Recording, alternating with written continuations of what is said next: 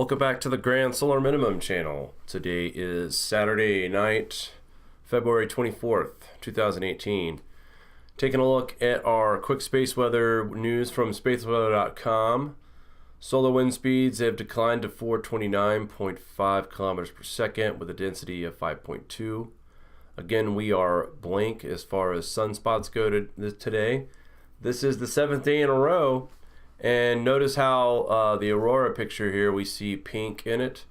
Spaceweather.com is pointing this out. Now, this is not a coincidence. We've been 7 days now without sunspots. Cooler temperatures, of course, when we don't have sunspots. And the pink represents the nitrogen that is being produced in the atmosphere. And obviously, we all know what nitrogen does. So again, that's 25 days for 2018 without a sunspot. 45% of the year so far is young. Looking at our KP indices, it is at a 1 right now. We were at a max at a 3, so no geomagnetic storms. However, back up here at the top, they did talk about here on the 26th that there's a 65% chance of a G1 class geomagnetic storm on February 26th. And this is because of the coronal hole that we are facing right now. As we look here on spaceweather.com, they've got it outlined exactly where this minor solar wind stream is going to be coming from on the 26th. So right there, it's Earth facing right now. You see the lines pointing to it. And then we have in the let's call it the 10 o'clock position of the sun, eastern limb. Sorry guys, but we have another coronal hole developing, so that's far north of the equatorial position, but it could graze the magnetic field as well. So again, a weaker corona heading into a minimum, so these coronal holes will be a frequent thing. And of course, the top story tonight is right now looking at windy.com, focusing on one specific area of the country right now, and that is, of course, the Tennessee, Kentucky, and the Southeast. Now, the dangerous part about these storms here in Mississippi and Alabama into Tennessee is that these are pop-up, and they are just, when they happen, and there's a tornado watch in effect right now in Mississippi, Tennessee, Kentucky. And the fear is that it's night, so we can't see outside, it's dark, power goes out, high winds. These storms are capable of producing tornadoes, and you might only have seconds to prepare yourself for cover. So definitely a dangerous situation right now in the midsection of our country. Indiana, Illinois receiving more flooding rains. South Bend has already called this event a 500-year type flood for them. So again, our prayers and thoughts are out there right now as damages are still being assessed. There was a tornado in southeast Kentucky near the Tennessee border. It has been reported that one person was killed. Again, the tornado has not been confirmed, but coming from the live pictures that we've seen from there and the damage that's going on right now, it certainly does look like stronger than straight line winds went through that area. So another small town in a weird part of the year getting tornadoes gets ripped up. So and here's just some more on the tornado warnings here. I want to go over this real quick. We have severe thunderstorm warnings in St. Francis, Mississippi, Crichton, and Shelby counties. Severe thunderstorm warning is now expired for them, but the tornado watches are still in effect, and this is Mississippi now, till 9 p.m. Eaton, Carroll, Crockett, Dyer, Fayette, Gibson, Haywood, Henry, Houston, Humphreys Lake, Lauderdale, Madison, Montgomery, Albion, Shelby, Stewart, Tipton, and Weakley are under a tornado watch until 9 o'clock our time, Eastern time. So still about a half hour left into that watch time. But I can take us back to right now all the alerts that we have. And this is a pretty active map for February. We're getting a little bit of everything. Of course, we have the flood watches all up and down from Louisiana, parts of Oklahoma, all the way through the Midwest, Missouri, Arkansas, Illinois, Indiana, Ohio, Pennsylvania, southeast Pennsylvania, southwest Pennsylvania. The brunt of that rain is coming overnight tonight. Now you guys probably see the blue in some of these areas, and they're not winter related. These are high wind advisories. So we are in the western New York section. We are under a high wind advisory. Tomorrow will be interesting because we are also going to be getting this rain that we are looking at right now in the Ohio, Mississippi valleys. So we will get the brunt of this in the Northeast, Pennsylvania, New York, the rest of the Northeast. Tomorrow we will get this rain. It won't be as heavy as it is right now, but it's forecasted, I know here in the western New York area, we're forecasted about 1 inch to 1.5 inches of rain from overnight tonight into early morning tomorrow. So we will be keeping an eye on that ourselves. But with that being said, the ground is already saturated, and when you throw in a high wind advisory on top of another inch of rain that has fallen to a much saturated ground, that means some of these older, bigger trees might be going down.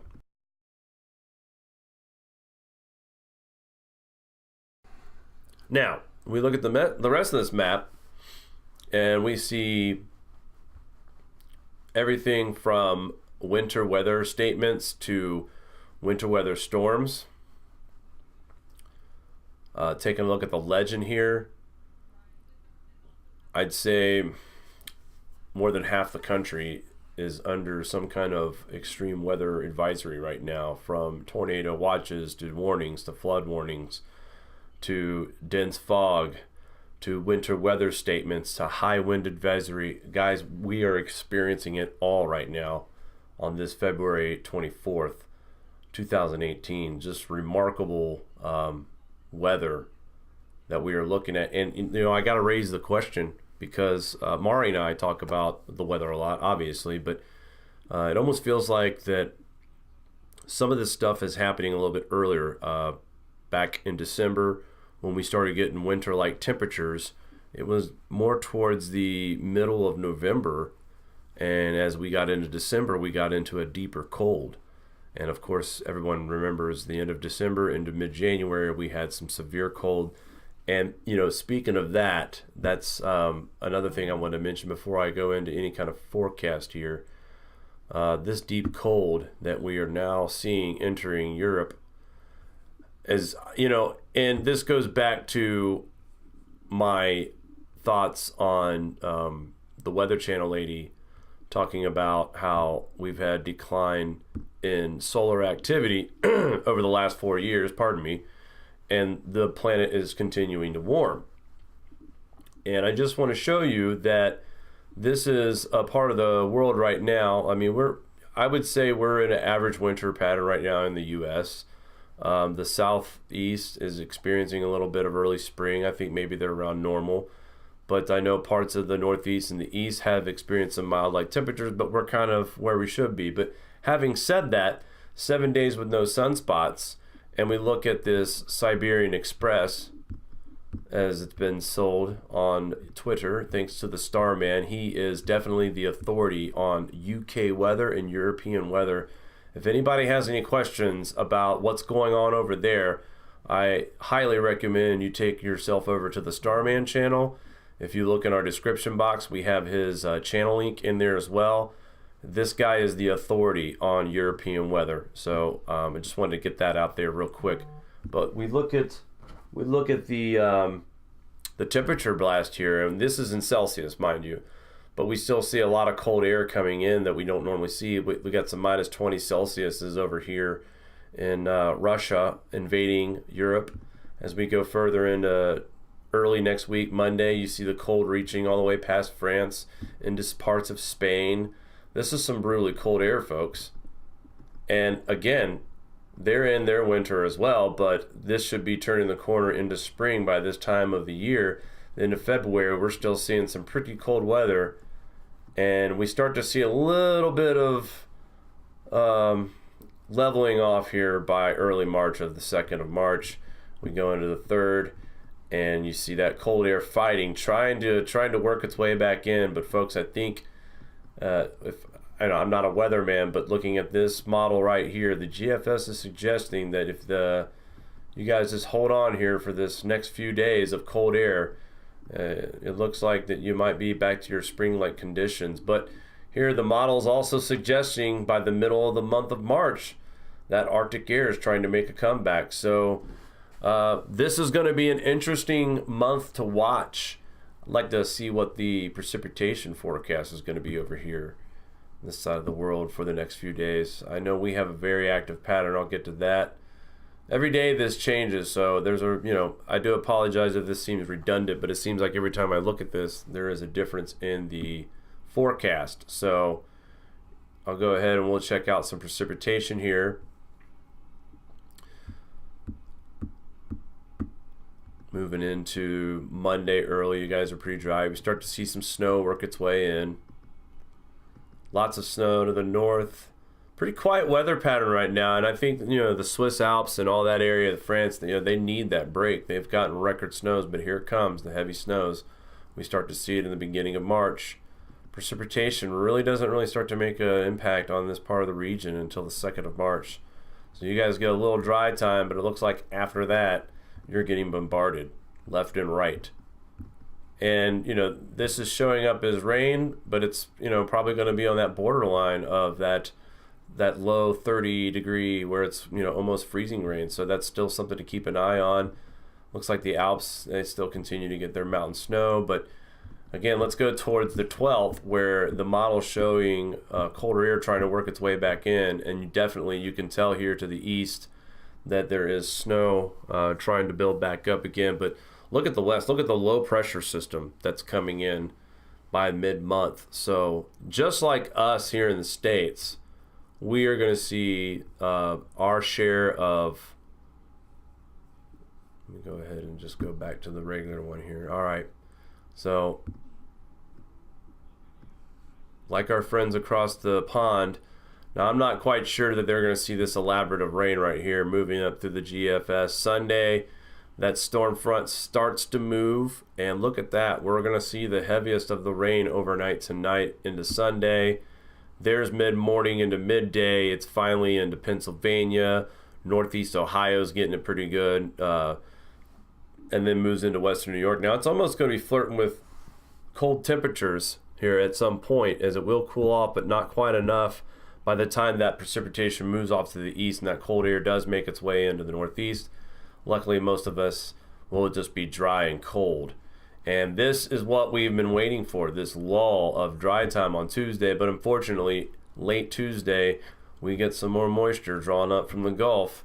And here we are again Wednesday, the same region that is looking at flooding in the Mississippi, Ohio Valley. Once again, we'll see that storm front start. Now, this week is going to be a little bit more active, I think, for the southeast. Looking at the GFS models right now, early March, you would think that it's a springtime type pattern down here as we look at the last day of February, and we see the storm pattern now shifting a little bit further south instead of going right over Illinois and Indiana and Ohio. Now it's starting to make its rounds through the southern parts of the United States: Mississippi, Alabama, Georgia, South Carolina, and North Carolina, Virginia. You guys are going to be looking at the majority of the wave of storms in the beginning of March. And then as we move through March 5th, here we've got another big storm system moving through, and it looks like the heaviest amount of rain is going to be again in the southeast. So Mother Nature is definitely spreading the love. And again, by the middle of the month, we're looking at another large low pressure system right after another. So ups and downs. Old man winter doesn't want to let go. Spring is trying to make a comeback for sure, but right now the current situation that we're experiencing here in the Midwest and the Ohio-Mississippi Valley is a serious matter right now, and I really want people to focus on that weather down there in Mississippi, Louisiana, and Alabama. Those storms that are just popping up out of nowhere. Let's all be thankful that it's nighttime and that we don't have the energy of the sun fueling these storms, because the way these are forming right now, if we had the light, the heat of the sun right now, these could be even more dangerous. And so to me, this is just a rare experience as far as looking at this type of weather in February. But again, it's not too early. I mean, we start seeing this kind of severe action most of the time in mid-March, towards the end of March. And so we're not too far off base, but still something to keep an eye on for those folks. Let's hope that everybody gets through the night very safe. They've already got enough to deal with right now with the flooding, let alone the threat of tornadoes. All right, guys, I just want to step up and do a quick little update. Please like and share and make sure they're getting the word out, guys, about the grand solar minimum. This channel is really about educating people about the grand solar minimum. When we do live updates like this, this is to show you the impact that the upcoming grand solar minimum will have on our climate. And this is just the tip of the iceberg, folks. No pun intended, but this is just the beginning. So if you don't like the up and down and the hot cold of the climate, you're not going to like the next few years as we begin to go into the grand solar minimum. On top of that, we've got numerous earthquakes and volcanic activity that's on the uptick as well. Mari did a fabulous piece. Please check out the Cinnabon volcano eruption, the previous one that we just did. So very good piece. I recommend that one get shared as well. We got to pay attention, guys. Lots happening really fast, and it's hard to keep up. I know there's a lot of channels out there that give good information, and just take what you can from each channel and try to be as prepared as possible. All right, guys, we'll talk soon.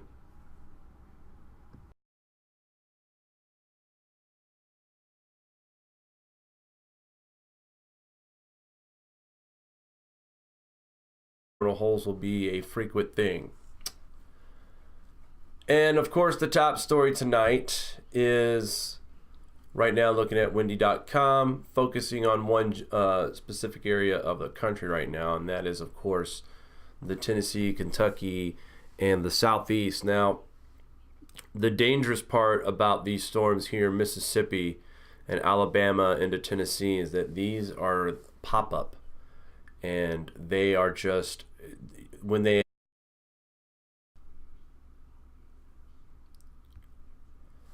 Welcome back to the Grand Solar Minimum channel. Today is Saturday night, February 24th, 2018. Taking a look at our quick space weather news from spaceweather.com. Solar wind speeds have declined to 429.5 kilometers per second with a density of 5.2. Again, we are blank as far as sunspots go today. This is the 7th day in a row. And notice how the aurora picture here, we see pink in it. Spaceweather.com is pointing this out. Now, this is not a coincidence. We've been 7 days now without sunspots. Cooler temperatures, of course, when we don't have sunspots.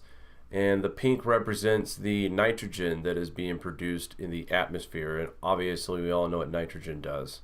So again, that's 25 days for 2018 without a sunspot. 45% of the year so far is young.